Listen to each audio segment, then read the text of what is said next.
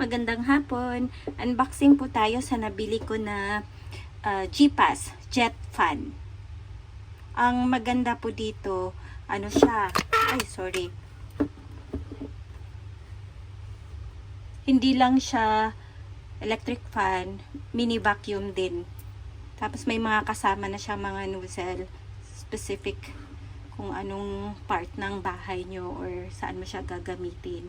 So, ito na. Kaka-deliver lang nito from G-Pass online.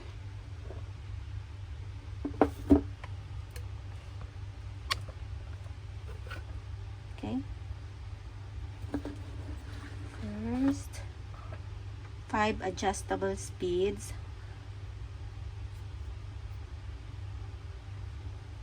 Okay. Then, wireless jet fan.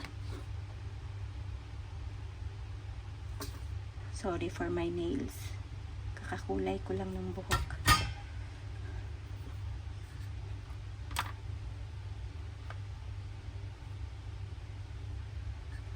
Yan. Yung handle. Ito na siguro yung sa vacuum. Actually, masasabi ko must have to for summer dito sa UAE. Yan. Okay.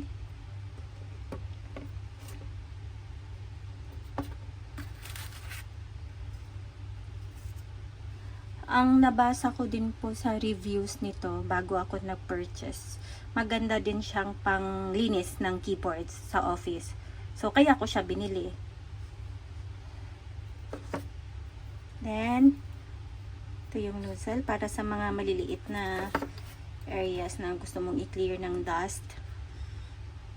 Okay. And the last one. Ito na yung ano.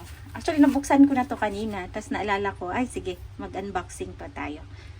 Maganda siya. Manipis lang. Tingnan mo. Ganun lang siya kanipis. Tsaka medyo may kabigatan siya. Hindi naman yung mabigat na mabigat. Siguro, mga 300 to 400 grams. Tapos, ito yung switch button.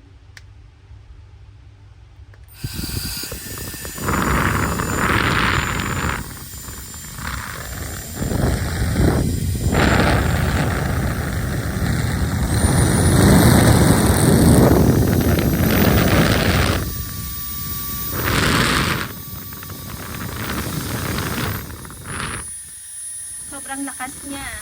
Nakalagay din po sa ano niya. Yan, long press lang para to switch off. Ang nakalagay din sa ano ba yung tawag? Description or yung sa mga reviews, pwede din siya pang blower. Let's say kung gusto mong mag barbecue, kung gusto mong mag-start ng apoy or fire. So, gamit na gamit siya.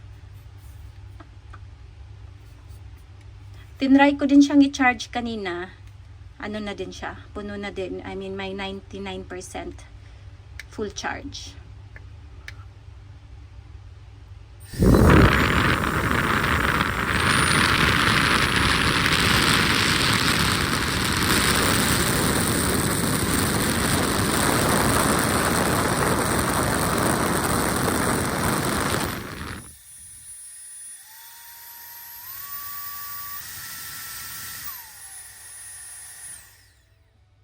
Gaya ng sabi ko kanina, 5 adjustable speeds.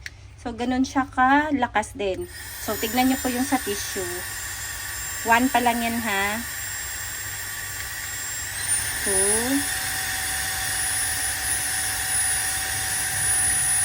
3.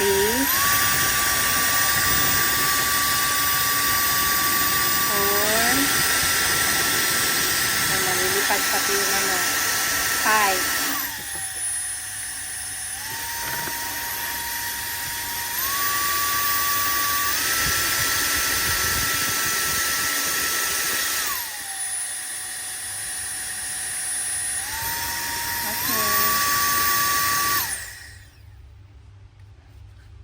So, bili na. Must have for summer and for your barbecue season.